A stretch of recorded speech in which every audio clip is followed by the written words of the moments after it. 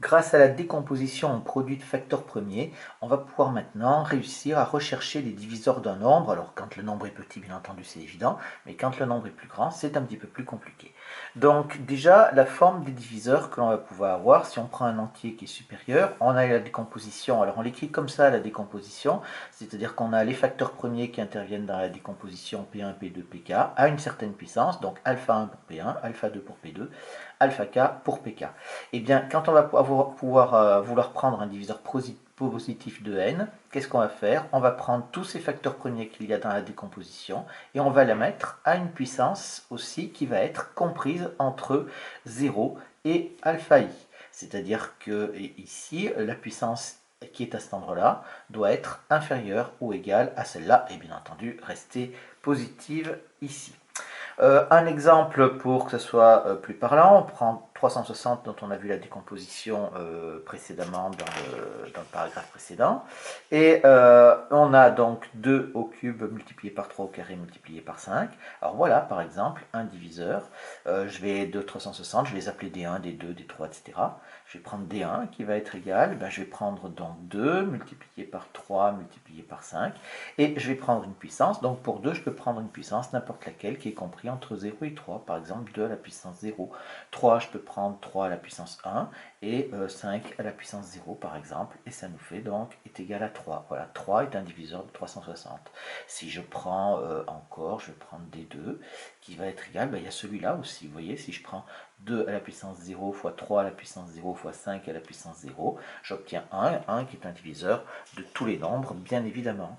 Si je prends aussi les puissances les plus grandes, c'est-à-dire si je prends D3 qui est égal à 2 au cube multiplié par 3 au carré multiplié par 5, j'obtiens 360, c'est-à-dire tout nombre est divisible par lui-même, bien évidemment. Et enfin, je peux prendre des puissances n'importe lesquelles, D4 qui va être égal à 2 au carré multiplié par 3 multiplié par 5, ce qui nous fait 4 fois 12, 12 fois 5, ça fait 60, voilà, etc., etc. Je peux en fabriquer comme ça plein. La difficulté, eh bien la difficulté, c'est que quand on va dresser les diviseurs ici de 360 ou de n'importe quel nombre, c'est d'en faire la liste complète, la liste exhaustive, sans en oublier un seul. C'est ça qui va être compliqué. Alors, ce théorème-là pour la forme des diviseurs, c'est quelque chose qui est évident au niveau de la démonstration, puisque on sait que si on prend la définition de la divisibilité, eh bien, il suffit de mettre des parenthèses quelque part. On utilise donc l'associativité de la multiplication, on utilise la commutativité aussi, on peut permuter tous les facteurs premiers. Et bien entendu, on retombera sur la définition de la divisibilité et on obtiendra tous les diviseurs comme ceci, en sachant que bien entendu, un nombre premier, on sait qu'il est indivisible, sauf par un, et par lui-même, donc on ne peut pas trouver d'autres diviseurs que les facteurs premiers. C'est ce que j'ai écrit en laissant ici la démonstration qui est relativement triviale. Alors pour ne pas oublier de diviseurs, eh bien encore il est intéressant de savoir exactement combien il y en a. Eh bien si on prend la même décomposition, voilà, qu'est-ce qu'on fait? On prend la puissance du premier facteur premier, on ajoute 1, et on prend toutes les puissances auxquelles on ajoute 1 ici, et on fait le produit de tout ça, et ça va nous donner exactement le nombre de diviseurs positifs. Alors ça se comprend relativement bien. On a notre outil des arbres de comptage que l'on faisait en probabilité qui vont fonctionner très bien pour expliquer ça. Regardez, on a donc ici, vous voyez, j'ai fait l'arbre un petit peu par avance. Donc je regarde ici pour le facteur P1. Donc P1, je peux avoir ici P1 à la puissance 0, c'est-à-dire 1. Je peux avoir ici P1 à la puissance 1, puis après P1 à la puissance 2, etc., etc., etc. Et là, je vais avoir quoi? Je vais avoir P1 à la puissance alpha 1. D'accord?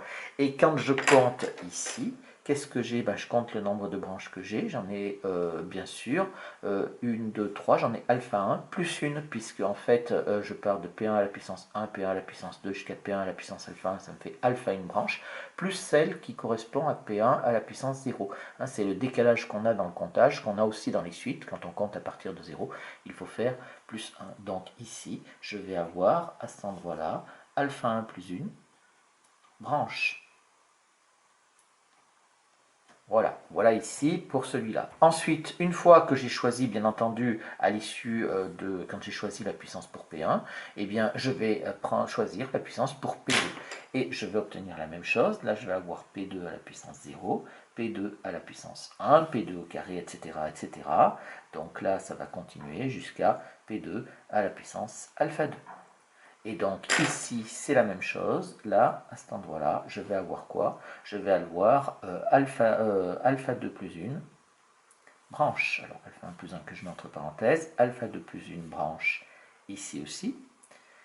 Et on continue exactement de la même manière avec P3, etc., P4, jusqu'à Pk, où je vais avoir ici aussi P1 10k à la puissance 0, P1 10k à la puissance 1, puis au carré, au cube, etc., jusqu'à P à la, 1 10k à la puissance alpha k.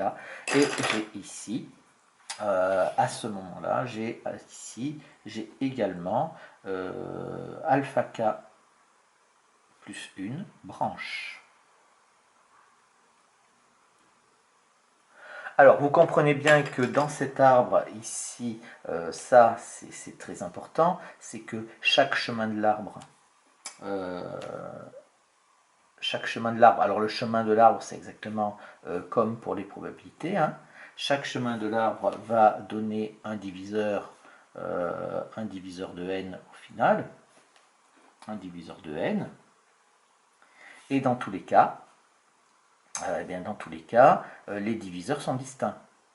Les diviseurs sont distincts. Pourquoi? Eh bien parce que ici, si je suis un chemin, j'ai pour chacune des puissances des nombres premiers qui sont dans la décomposition, j'ai une puissance qui est unique. Et donc la puissance changera si je change le chemin. Les diviseurs sont distincts.